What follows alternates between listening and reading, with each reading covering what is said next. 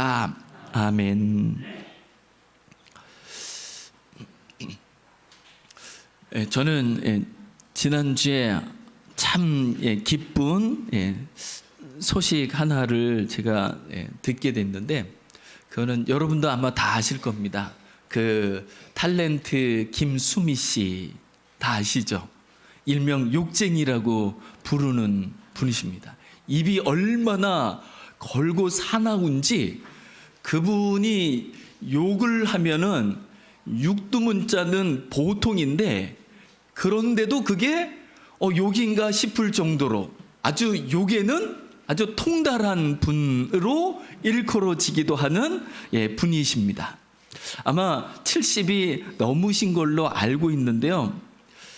그분도 옛날에는 교회를 다녔던 분이십니다. 학교 다닐 때까지는 할아버지께서 지으신 교회가 있고 그 교회에서 신앙생활을 했던 분이시거든요.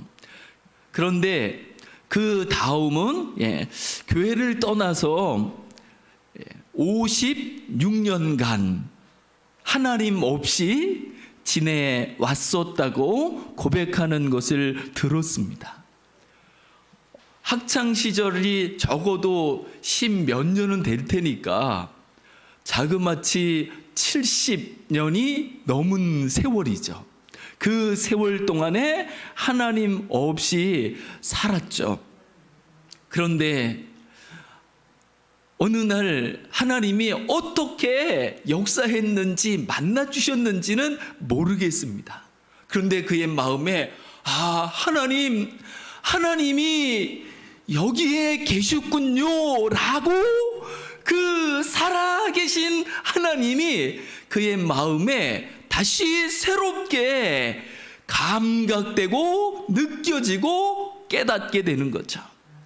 그러면서 그가 고백한 말씀 중에 하나가 너무 늦게 하나님을 만났습니다, 이렇게 고백하는, 아쉬워하는, 물론 그 하나님을 만나 그 지금까지 살았던 삶과 다른 것이 있다고 한다면 내게 그렇게 많았던 근심 걱정들이 사라지고 자기도 모르는 세상의 것으로 말미암지 않는 평안이 자기에게 임했다는 것을 고백하는 것을 들었습니다.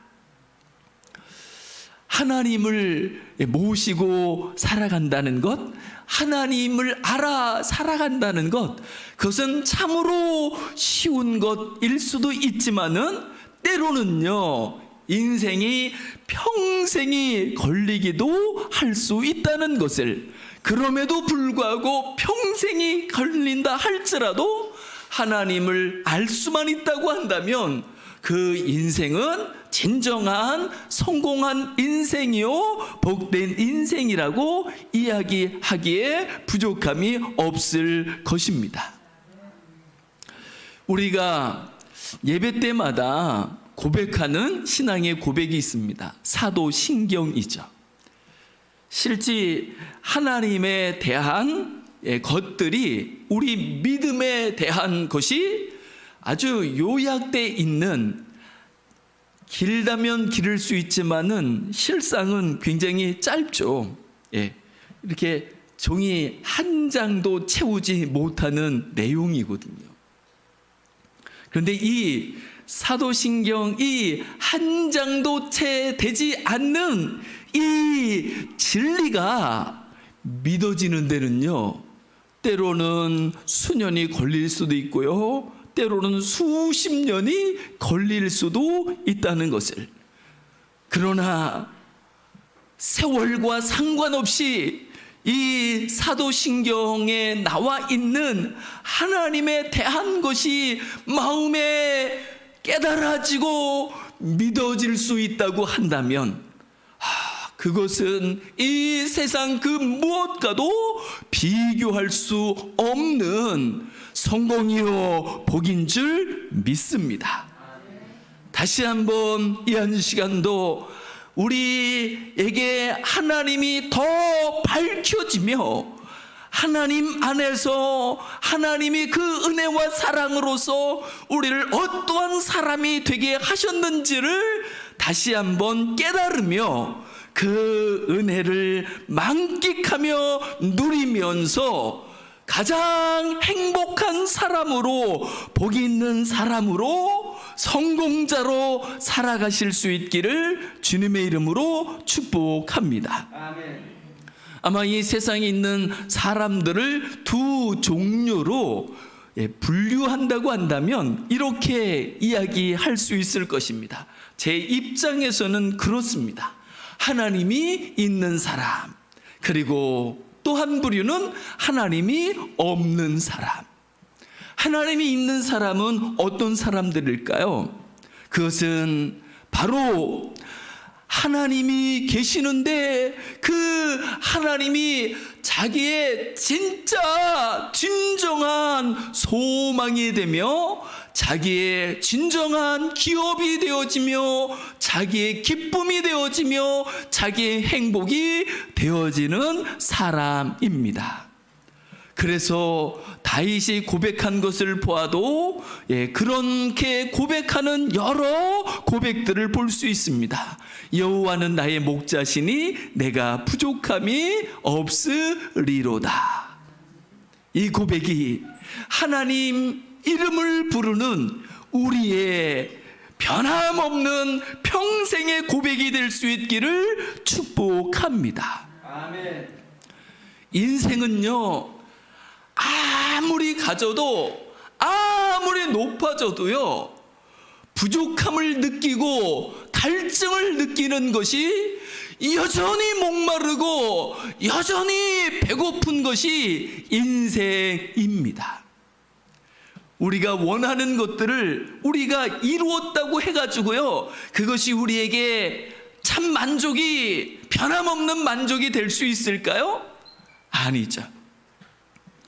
저는 지난 한 주간 제 지난 날을, 옛날을 생각해 보는 시간을 가졌습니다. 내가 어떻게 살아왔는가를.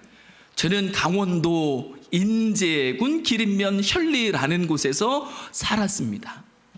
현리가 어딘지 아시는 분이 우리 교회에 한 분 계신 것 같더라고요. 우리 양병구 안수 집사님. 젊었을 때 그 현리에 일하러 다녀오신 적이 있다고 하시더라고요. 어떻게 거기까지 오셨었는지 모르겠습니다. 그런데 그때 70년대쯤 제가 살던, 60년대 태어났지만 60년대는 어려서 제 기억이 없습니다. 그런데 70년대는 제 기억이 있어요. 제가 어떻게 살았는지. 어떻게 살았을까요? 검정 고무신 신고, 그 빵꾸난 양발 기워서 신고, 바지도 무릎은 여러 겹으로 덧대가지고 입어야 했고, 꿰매지 않은 옷은, 성한 옷은 거의 없을 만큼이나, 그래도 그 옷이 있기라도 한다면, 꿰맨 옷이라도 입을 수 있다면 그것은 감사한 거죠. 그리고 화장실을 가려고 한다면 100m를 걸어서 공중 화장실로 다녀야 했습니다. 물을 길러 우물가로 가야 했었죠. 그래도 살아왔습니다. 지금은요, 우리 집 안에 화장실이 있습니다. 여러분 안 놀라시는군요. 이게 얼마나 놀라운 일인지.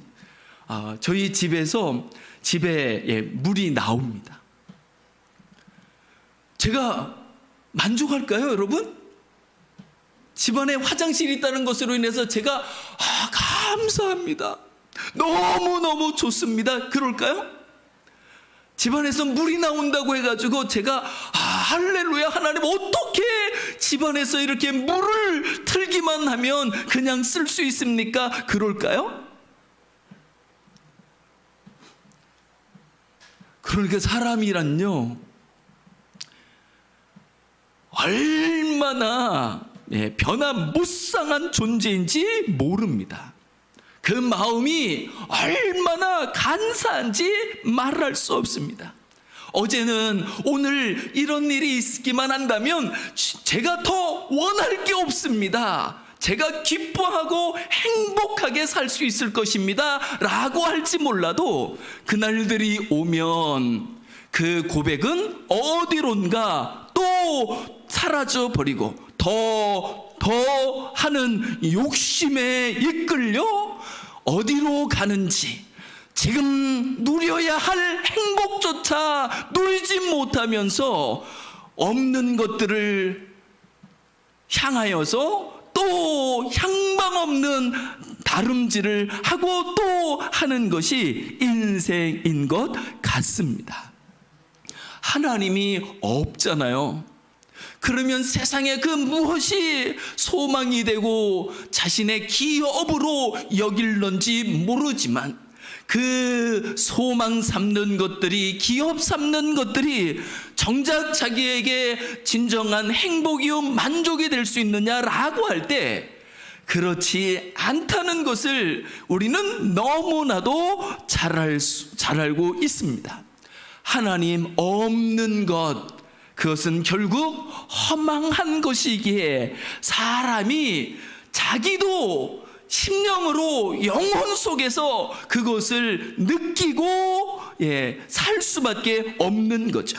그러나 하나님이 계셔서 하나님이 소망이 되고 하나님이 기업이 되고 하나님이 만족이 되고 하나님이 힘이 되고 하나님이 능력이 된다고 한다면 그 사람은 비록 가진 것이 부족하고 작을지라도 능히 그 속에서도 하나님을 인하여 기뻐하며 감사하며 세상이 주는 것 같지 아니하는 하나님의 평강을 누리면서 살아갈 수 있는 줄 믿습니다. 아멘. 오늘 본문 말씀해 보면 하나님이 다시 살리신 사람에 대하여 소개해 주고 있습니다. 1절은 이렇게 말씀하죠. 그는 하나님이시죠. 하나님은 허물과 죄로 죽었던 너희를 살리셨도다. 이 죽었다는 것이 무엇일까요? 이 죽었다는 것은 목숨을 이야기하지 않습니다. 그러면 이 죽음이란 무엇을 이야기하는 걸까요? 그것은 하나님과 끊어진 것을, 하나님과 관계가 단절된 것을, 하나님이 없는 것을 이야기합니다. 그래서 우리가 고백하는 사도신경에도 이런 구절이 있습니다. 저리로서 산자와 죽은 자를 심판하러 오시리라. 산자가 누구고 죽은 자가 누구입니까? 목숨을 가지고 이야기하는 것이 아니죠. 하나님을 모시고 계시느냐 하나님이 없느냐를 가지고 이야기하는 거죠. 사람은 영혼이 있어서 그 영혼은요 사라지지 않습니다. 사람의 육신의 생명은 끊어지면 그 육신은 흙으로 돌아가 끝나버리지만 그 영혼은 위로 올라가 영원히 존재하는데 그 영혼이 영원하신 하나님과 함께 하나님의 계신 곳에 있느냐 아니면 하나님이 없는 곳에 있느냐라는 차이가 있는 거죠. 그래서 하나님이 계신 곳에서 함께 살아가는 것, 그것을 영생복락이라고 이야기합니다. 하나님 없이 존재하는 그것을 사망이라고 성경은 일컬고 있습니다. 그런데 사람이 오늘 본문 말씀에 죽었었다라고 이야기하고 있습니다. 그런데 하나님께서 그를 다시 살리셨다 말씀합니다. 그 살리셨다라는 것은 다시 하나님 앞에 설 수 있게 만들어서 하나님을 모시고 그 하나님이 있는 사람으로 살아가는 하나님의 사람이 되었다는 것을, 하나님의 사람이 된 것을 살았다 살리셨다라고 성경은 말씀하고 있는 거죠. 그러면 왜 사람들이 하나님 없는 존재가 되어버렸을까요? 그것은 바로 허물과 죄 때문이라고 말씀하고 있습니다. 그 허물과 죄라는 것은 무엇일까요? 2절에서는 이렇게 말씀하고 있습니다. 그때는 언제일까요? 바로 사람들이 허물과 죄로 죽어 있을 때, 그 죽어 있을 때의 모습을 지금 2절부터 3절까지 설명해 주고 있습니다. 죽은 게 무엇인지. 그때 너희가 허물과 죄로 죽었을 때 너희는 그 가운데서, 허물과 죄 가운데서 이 세상 풍조를 따르고 공중의 권세 잡은 자, 즉 세상 임금이라 일컬어지는 마귀라고도 하고 사단이라고도 하는 존재입니다.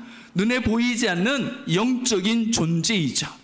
그래서 사람의 욕심, 욕망의 이면을 보게 되면 그 이면에 누가 도사리고 있는 거요? 보이지 않는 마귀가, 사단이 도사리고 있는 거죠. 그래서 욕심을 막 불러일으키게 되는 거죠. 충분히 감사할 수 있고 기뻐할 수 있는데도 기뻐할 수가 없게 만들고, 감사할 수가 없게 만들고, 불평하게 만들고 원망하게 만드는 존재가 있다는 거죠. 그 영이 바로 공중의 권세를 잡은 어둠의 영이라고 소개하고 있습니다. 그 세상 풍조, 그 공중의 권세 잡은 세상 임금이라 일컬어지는 그 영들이 하는 일이 무엇일까요? 세상 풍조를 따르게 만드는데, 그 세상 풍조라는 것이 무엇인지 3절은 이렇게 다시 표현해 주고 있습니다. 전에는 우리도 다 그 가운데서 우리 육체의 욕심을 따라 지내며, 이 육체의 욕심이 세상의 풍조인 거죠. 그래서 세상은요, 다 욕심이 얼마나 많은지 모릅니다. 제가 얼마 전에 베트남 전쟁 그 이야기를 다큐멘터리로 본 적이 있습니다. 한국도요, 일본이 한국에 저질렀던 만행, 못지않은 만행을, 그 힘을 가졌다는, 총을 가졌다는 그것 가지고 그 베트남 땅에서 자행했던 것들을 볼 수 있습니다. 그러니까 일본 놈들이나 북한 놈들이나 중국 놈들이나 러시아 놈들이나 실상은요, 어디든지, 미국은 아닐까요? 미국도 그래도 그나마 나은 부분이 있긴 하지만 속에서, 악 속에서 자유로울 수 없는 것이 미국이란 나라이기도 하죠. 이 세상에서 악과 상관없는 그 존재가, 나라가 있을까요? 실상은 하나도 없죠. 왜 그렇게 욕심을 부리고, 그 욕심, 자기의 욕심을 부리려고 애꿎은 생명까지 해치기를 주저하지 않는 일들이 이 지구에서는 지금도 끊임없이 벌어지고 있는 거죠. 그게 얼마나 우리에게 아픔이요, 비극이요, 고통이 되는지 모르는데,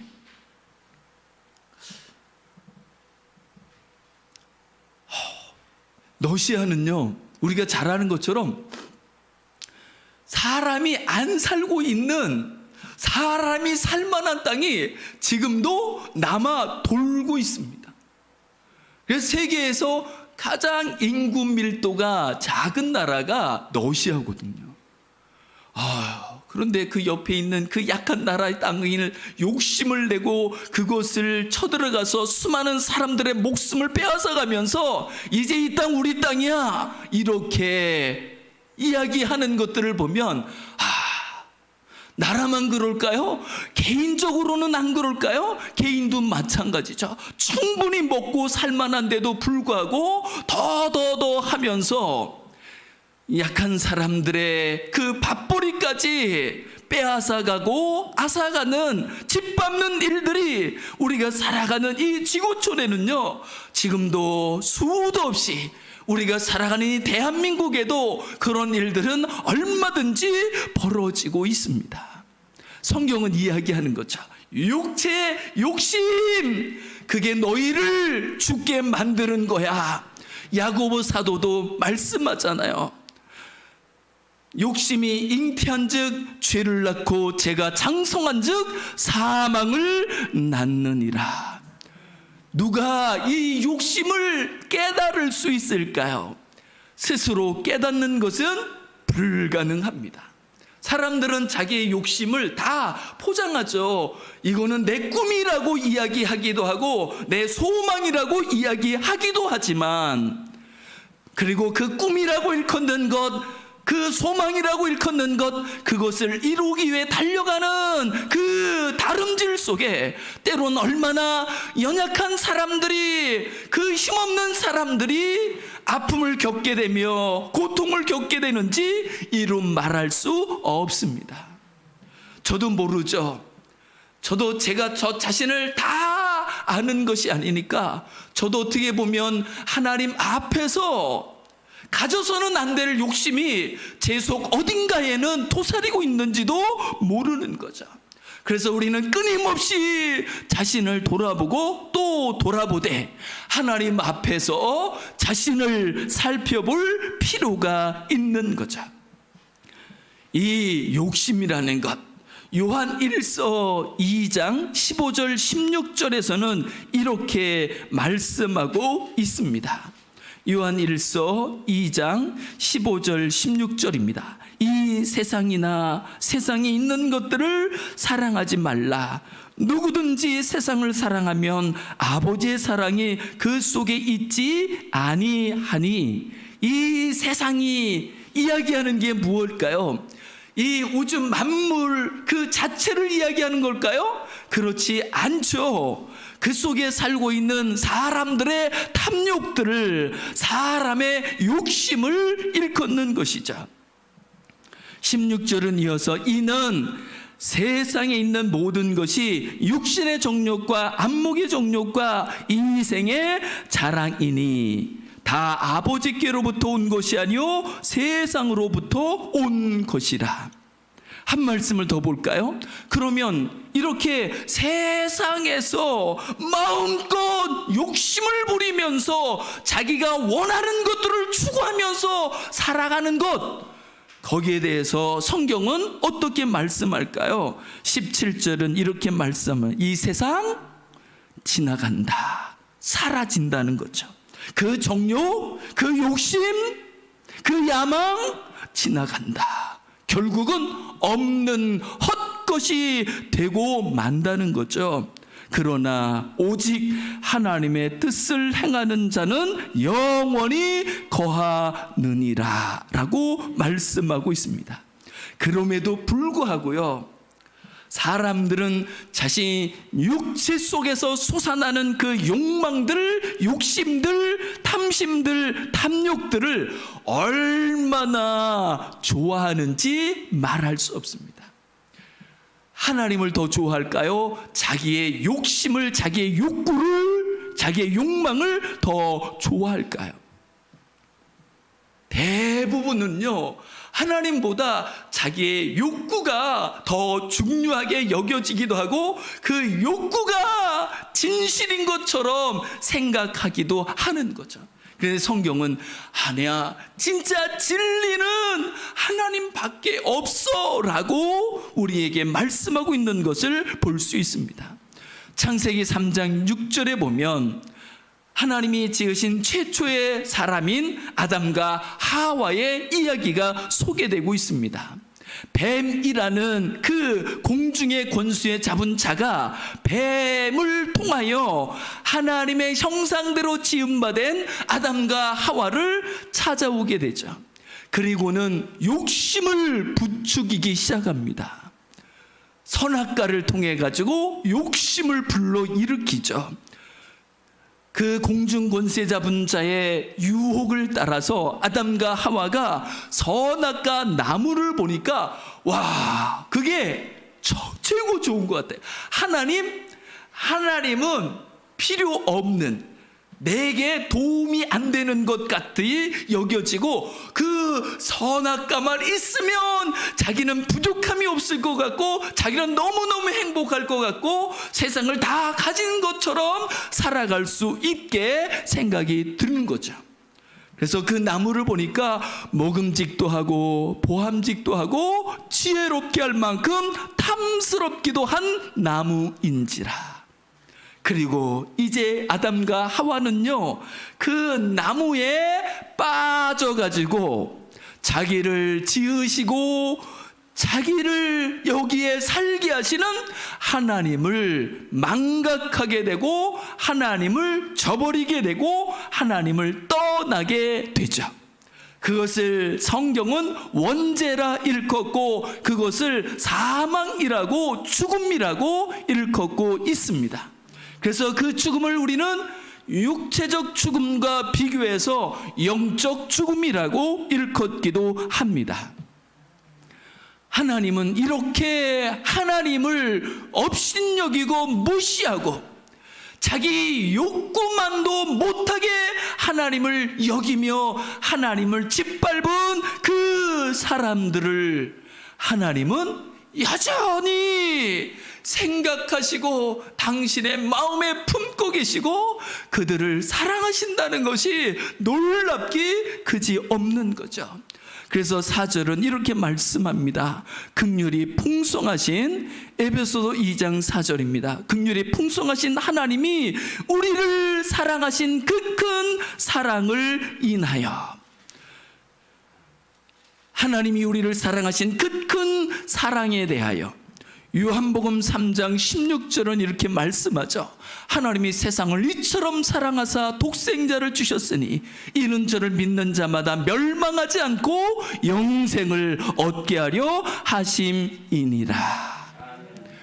당신의 독생자를, 당신의 생명을 주시기까지 원수되었던, 죄인되었던 당신을 버렸던 우리를 사랑하신다는 것, 이것은 세상에 존재하지 않는 오직 하나님만이 가지고 계시는 사랑인 줄 믿습니다. 그래서 누구든지 하나님이 나를 사랑하시는 진정한 사랑이시군요, 하나님이 나의 생명이 되시는군요, 하나님이 나의 영원한 나라가, 하나님이 나의 천국이 되시는군요, 깨달아 그 하나님 앞에서 그 하나님을 구하며 하나님을 찾으면 하나님은 이전에 그의 모든 허물과 죄가 아무것도 없는 것처럼 여기시며 그를 받으시되 영원히 받으시며 그에게 하나님의 누리시는 그 영원한 생명을 부여하시며 불어넣으시며 하나님과 함께 영생 복락을 누리게 하시는 줄 믿습니다. 아멘. 그래서 5절은 이어서 이렇게 말씀하죠. 허물로 죽은 우리를 그리스도와 함께 살리셨고, 무엇으로 살리셨어요? 4절입니다. 다시 볼까요? 긍휼이 풍성하신 하나님이 우리를 사랑하신 그 큰 사랑, 독생자를 주신 사랑, 생명을 주신 그 사랑으로 우리를 살리시는 거죠. 그래서 우리가 구원받는 것, 그래서 이어서 5절 하반절에는 너희는 은혜로 구원을 받은 것이라, 그 은혜란 하나님의 사랑을 이야기하는 거죠. 생명 주신 사랑입니다. 그것이 우리의 구원이 됩니다.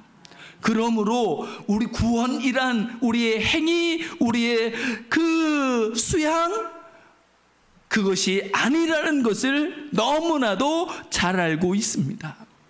우리가 하나님께 구원받는 것, 그것은 곧 하나님의 사랑을 받는 것이 곧 우리의 구원이 되는 것을 볼 수 있는 거죠. 그러면 그 다음은 그렇게 살리신 사람, 구원받은 사람, 건짐받은 사람, 그 사람에 대하여 놀라운 일을 하나님은 행하시는데 6절을 보면 이렇게 말씀합니다. 또 함께 일으키사 그리스도 예수 안에서 함께 하늘에 앉히시니. 여러분, 이 말씀을 제가 읽으면 여러분이 놀라셔야 되는데 하나도 안 놀라시는 거예요. 이 말씀은요, 실은 그 한 나라의 왕자에 앉는 것하고는 비교가 되지 않습니다. 예수님을 일컬어서 우리는 만왕의 왕, 만주의 주라고 왕들 위에 뛰어난 진짜 왕이신 분이 하나님 예수님이라고 우리는 고백하잖아요. 그런데 그 예수님이 앉아 계신, 만왕의 왕, 만주의 주가 되신 예수님이 앉아 계신 그 보좌가 있는데 아무것도 한 것도 없어요. 허물과 죄로 죽었던 사람들입니다. 하나님의 원수로 행했어요. 죄인으로 살았어요. 힘도 없어요. 연약할 뿐입니다. 그런데 하나님이 그를 하나님의 생명을 주시는 사랑으로 다시 살려주셨는데 그에게 베푸시는 은혜가 있으니, 선물이 있으니, 그게 무엇이라고요? 바로 예수님이 앉으신 그 보좌에, 그 왕자에 감히 우리를 앉혀주신다는 것입니다. 이것을 하나님은 우리의 행위도 아니고 수고도 아니고 다만 주 예수 그리스도의 피를 흘리신 그 사랑으로 우리에게 주시는 줄 믿습니다. 오늘도 우리를 위해 피 흘리신 주 예수 그리스도 안에서 하나님 앞에 있어 하나님이 우리를 어떤 사람이 되게 하셨는지를 깨달아 누리면서 그 하나님이 베푸신 은혜가 우리의 기쁨이 되고 우리의 복이 되어서 오늘도 기뻐하며 감사하며 살아가는 하나님의 사람, 구원받은 사람 되기를 주님의 이름으로 축복합니다. 우리 시간 같이 기도하시겠습니다.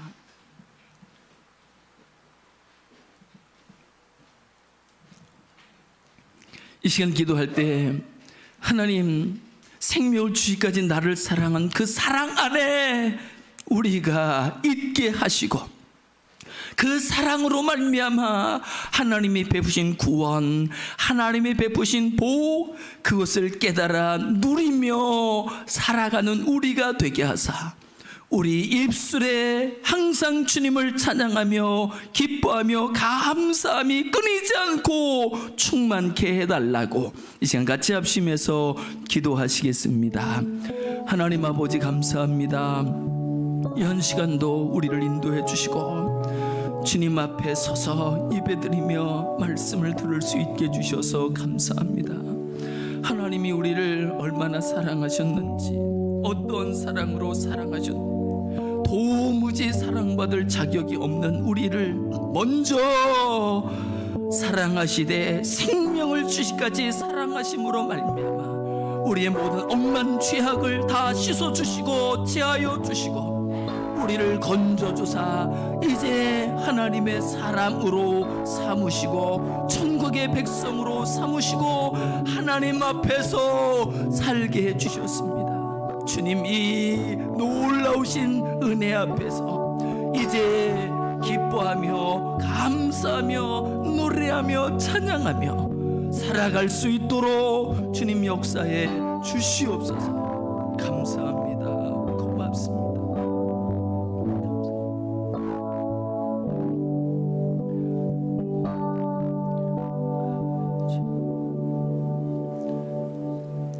하나님 감사합니다. 생명 주신 그 사랑으로 우리의 모든 죄와 허물을 깨끗하게 영원히 씻어주시고 이제 하나님 앞에 서서 하나님의 사람으로 참된 소망을 가지고 살게 해주셔서 감사합니다.